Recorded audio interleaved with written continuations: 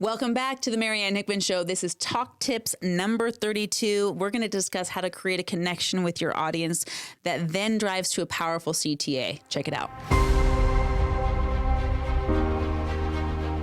All right, let's talk about how to engage with your audience. So this is why this is so important. Your audience needs to trust you in order for them to stay engaged with your content. By the time it comes to that call to action, they've got to really trust you. They've got to like you, and they've got to know you on some level. And we'll address all of those facets of the know, like, and trust factor. But in order for that to happen, you have to engage with your audience. Now, we make a lot of decisions, don't we? When we first meet someone, I've heard stats all over the place where it's like 10,000 decisions, 20,000 decisions, some obscene number of decisions, but we get a gut feeling. In other words, when we see someone on the street, when we see someone on stage, and it takes a while. Once you make that gut feeling, if it's going to change, the brain needs a lot of evidence in order for that to shift. So your first impression matters because it is the foundation by which people will build their feeling about you. So when you jump out on stage, first of all, it's really important to do it with high energy. If I were to walk out on stage and be like, hey guys, I'm not going to be really clear with my voice. I'm not going to be really clear with my words. Instant no trust, instant blah, instant distraction with something else. Please get me out of here. But when I jump on stage and I'm high energy and I'm looking at you and I'm engaging with you and I have an active cadence to my voice, it feels engaging. It's like when you see your best friend that you haven't seen in over 10 years and they're excited to see you. That's the energy that you should come out onto the stage with. Then you need to enroll your audience with 3 enrolling questions. And here's the psychology of these enrolling questions. 1, it creates a conversation. 2, you're going to ask a question that gives a universal yes. I don't want to ask a question where the audience has to answer no right off the bat. So if you're going to ask, and let's just make up a hypothetical scenario. Let's just say you're in the room and you're teaching about health. It would be really, really terrible if you went up there and say, how many of you are fat? No one's going to answer that. They don't want to say yes to that. It's a no answer. But if you go out and ask, how many of you want to take it to the next level in your health? You're going to elicit a mass positive response. So ask a question that the audience can say yes to. Number 2, make your question short. If I'm going to ramble on and I've got these disqualifying and qualifying things, like if I add, let's use the same example. If I were to ask a question in a health room, like how many of you are really tired of being overweight and you want to eat healthier food and you want to have a better romantic relationship with your spouse and you're really tired of this? There's yes and no's combined in that question. So I don't know how to answer it. I'm just going to smile and nod at best. Then we're going to be confused, and a confused mind doesn't buy your ideas, doesn't buy your story. You don't get the trust built. And then when it comes time for your call to action, you're not going to get anything there either. So short, succinct, yes answer. And then the last one, you want to enroll as much of the room as possible, which means you're going to need to know your audience as much as you possibly can. Personally, I like to look at the marketing for the event that I'm speaking at before I show up. I can see what they're there for. I can see the promises that were made. I can see the other speakers. I can see what the pain point was that they're marketing for. I can see the demographic of the audience. If I talk to the event host, and I can talk to the registration team as well and learn about what the audience has actually said during the ticket purchasing process, even better, because then I can speak to the audience more specifically and say, how many of you took 3 days off because you want to extend your life by 10 years through eliminating plastics? Really cool question, very specific, not too long. It is a longer one, which is why I'm putting it at the end. Engaging your audience is a really powerful psychological connection between you and the people who showed up to listen to you. The second point I want to cover when it comes to connecting with your audience is the most powerful part of your keynote, and that is your story. Sometimes speaking professionals, or when they want to become speaking professionals, when you're very early on, they forget to tell their story. They just deliver content, which is well and good, and it might serve some people, but there's no connection piece. This is easily forgettable content. You'll see that the most powerful stories in the entire world, the most impactful life lessons are told through storytelling. Modern novelists do it to illustrate their points. Historical, ancient, religious texts do it to illustrate their points. So you get to do it too. You get to share your story from stage. Now I'm going to keep on with this health example, all right? If I were to deliver a keynote on my health, this is what it would look like. Now listen, I remember the day that I stepped on the scale, and I had one of those scales where the wheel kind of spun instead of those digital scales.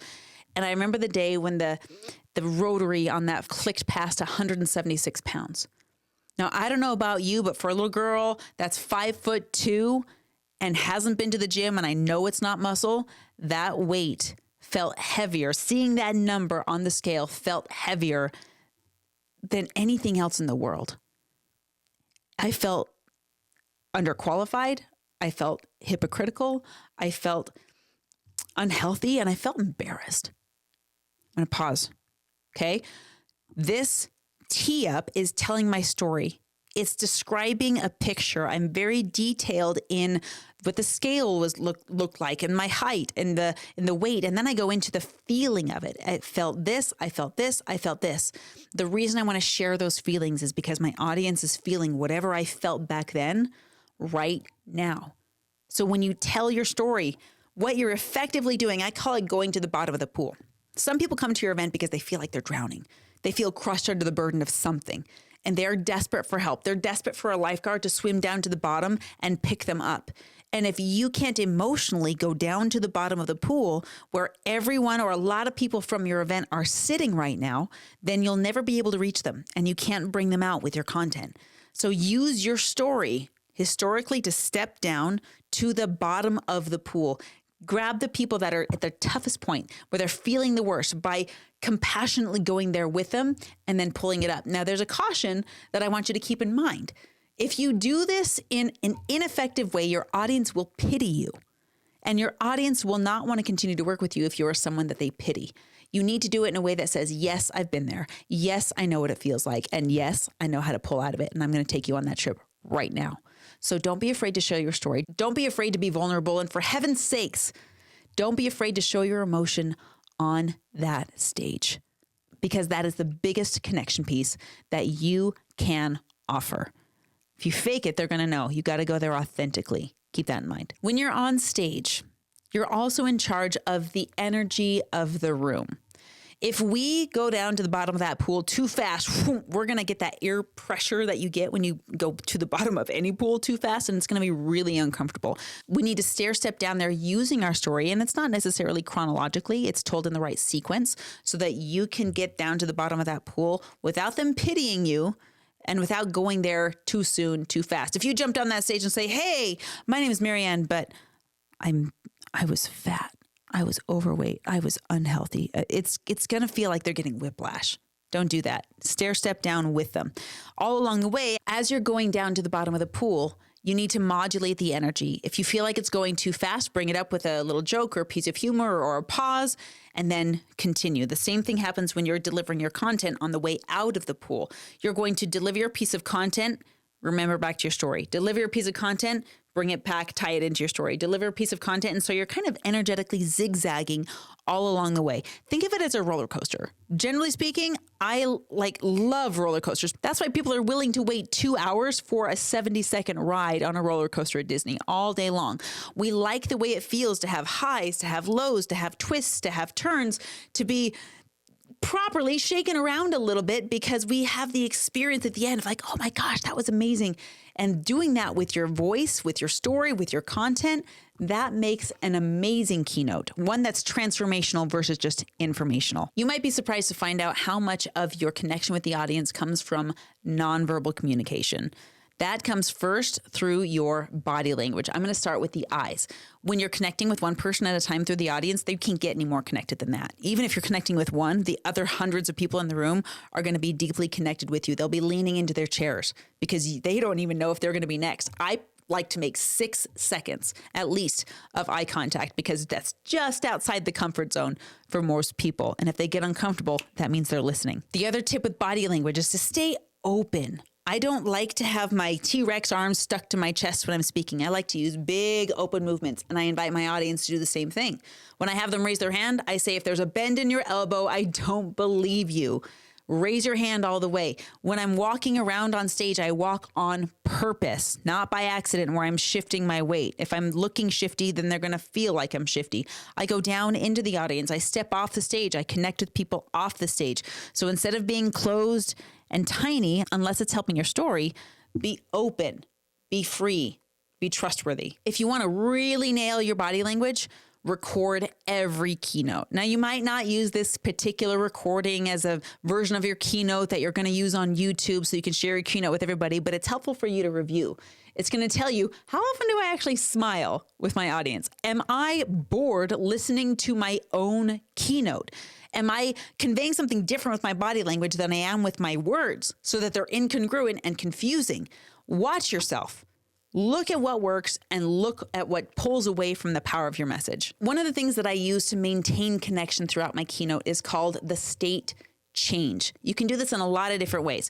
When you ask a question for your audience and you, again, demand an answer, it's not a rhetorical question unless you say so, that creates another connection piece. When you make your audience laugh, that's state change. When you pause and you let your words hang for a little bit, that creates a state change. When you stomp on the stage, that creates a state change. You want to give the audience a state change every 90 seconds. I know that's a lot to keep in mind, but if you're getting bored with your own message, they are probably well beyond that. So keep those energy transfers in place with those state changes. I got to wrap up with this. I got to tell you this story. So there was one audience in particular that I went up on stage, and it was a very cold audience. Not like they were mean. They just weren't warmed up. They weren't participating. They were disengaged. This was an audience full of entrepreneurs. And this group was just a very, very, very qualified group. They were here to be at a qualified event, but they had never been to this event before. I think this event was just after doors opened for live events again after COVID. And we kind of forgot how to be social human beings. When I got up on that stage, it was before the event even kicked off. And I was the one in charge of bringing the room together, galvanizing the energy, and handing it off to the next speaker. When I jumped on that stage, I got everyone up and moving. I got the music bopping. I didn't tell them to dance. I just danced with them. And we got moving around and reused to being in each other's space. And then I did this without using any words. I used my hands to make the room have a little competition with each other as far as energy and showing up and getting their wiggles, not out, but in. I want them to move. So I used my right hand to bring up the volume of the audience, and then I would bring it back down. And then I used my left hand to do the same thing. And then I would compete with this side and this side until I brought them up all together to a fever pitch that I could feel in my sternum. Your body language is so, so critical. And when I did this, it brought the entire room together. It took less than 3 minutes, and the entire room, the entire event center was alive with that energy. And if you're a speaker, that's the way you want to enter the stage, with the audience that's leaning forward, engaged, and smiles on their faces. The funniest thing happens when you get an audience up and moving. They smile. Their endorphins are running, their body is moved, and they are focused on your presentation. I want to hear your stories in the comments. Tell me about the most awkward room you've ever been in. Don't forget to subscribe and like this video, and we will see you on the next episode. Marianne Hickman here again. Listen, I hope super helpful for you. Maybe you'll learn something new. Share with me in the comments what was valuable. Or if you have this whole separate question like, hey, I wanted to know about this. I wanted to know about stage fright. I want to know how about my presentation on stage. I want to know about how to dress on stage. Anything that you want to know that's relevant to growing your business through stages, put in the questions. Because guess what? I go through and answer all of those personally. That's not an agency or a VA. That's me going through and looking at your questions because you are who I am here for. So last thing is I want you to get this database. If you haven't gotten it already, now I've got thousands of downloads on this thing, so maybe you've got it, but if not, make sure you go to mariannehickman.com/database. What that's going to do is take you to a page. You're going to input all of your information. We're going to send the database to you. You're going to request access to it. I keep it locked down so I can make sure I get it to just the right people.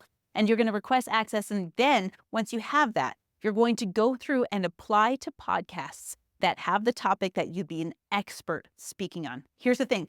I get this database updated twice a week. So there's always new stuff in there. And if you're a podcaster, there's even a list of guests that you can have on your show on that podcast. Maybe you end up doing a podcast swap and you grow your audience that way. Regardless, I want you to get it. So mariannehickman.com/database, and we'll see you in the next Talk Tips.